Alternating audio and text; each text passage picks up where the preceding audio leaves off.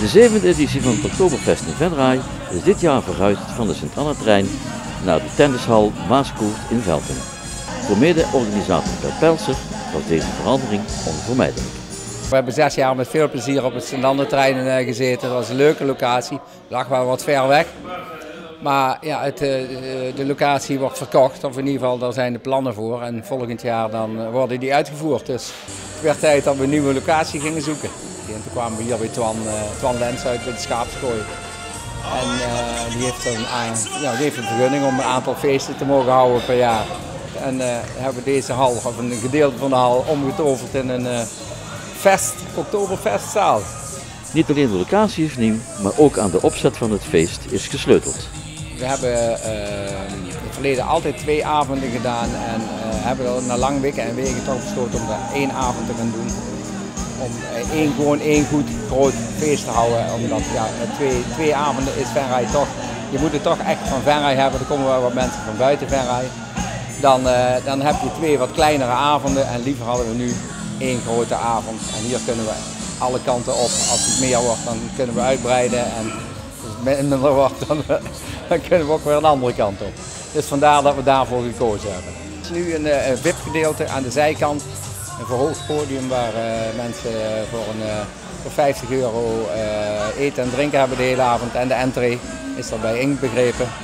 En dat gaan we dit jaar voor de eerste keer proberen. Er zitten nu op het kleine podium zitten 65 mensen, die kunnen zitten, staan, eigen barretje, krijgen wat hapjes en drankjes. En dit hadden we ook van tevoren wel ingeschat, dat het niet meteen storm gaat lopen, maar ik ben al tevreden dat er zoveel mensen een VIP-kaart gekocht hebben. Dus dat is al een nieuw probeersel.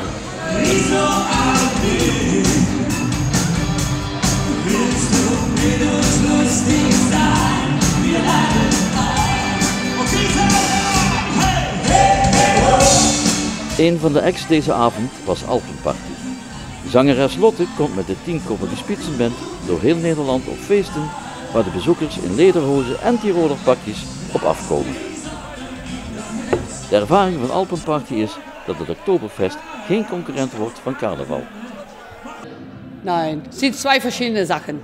Ja? Ja, im Norden, Westen, da feiern sie Oktoberfest, so wie wir der Karneval, aber ich denke nicht, dass Karneval sich überhaupt wegdrücken lässt. Nein, nein, nein, nein. Es ist doch etwas anders. Wat is er anders aan? Andere Sprache, sehr deutlich andere Sprache, ne?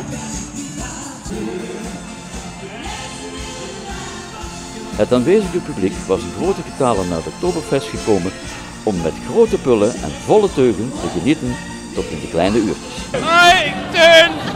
Ik ben Teun! Ik ben er ieder jaar geweest hier. Wat is nou zo leuk aan het Oktoberfest? Geen idee, het is mijn eerste jaar. Het is het eerste jaar, dus jij moet nog even wennen. Ja. Maar vind je het inmiddels leuk of niet? Ja, ik vind het hartstikke gezellig.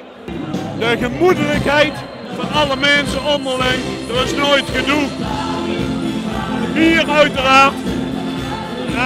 En ik hoop eigenlijk dat Josephine Moetsenbakker nog gaat komen, maar ja, weet ik niet. Ik heb ze al die jaren nog niet gezien, dus ik weet het niet. Hoi, Teun! Ik ben Teun! Hey, en hoe is het met de pullen? Nou, dat gaat aardig. Ja, dat gaat wel lukken, denk je? Dat lukt wel. Nou, dan wens ik jou in ieder geval voor de eerste keer veel plezier. Ja, dankjewel. Gaat lukken. En misschien dat we volgend jaar weer een keer zien dan. Dat weet ik wel zeker. Oké, succes hè.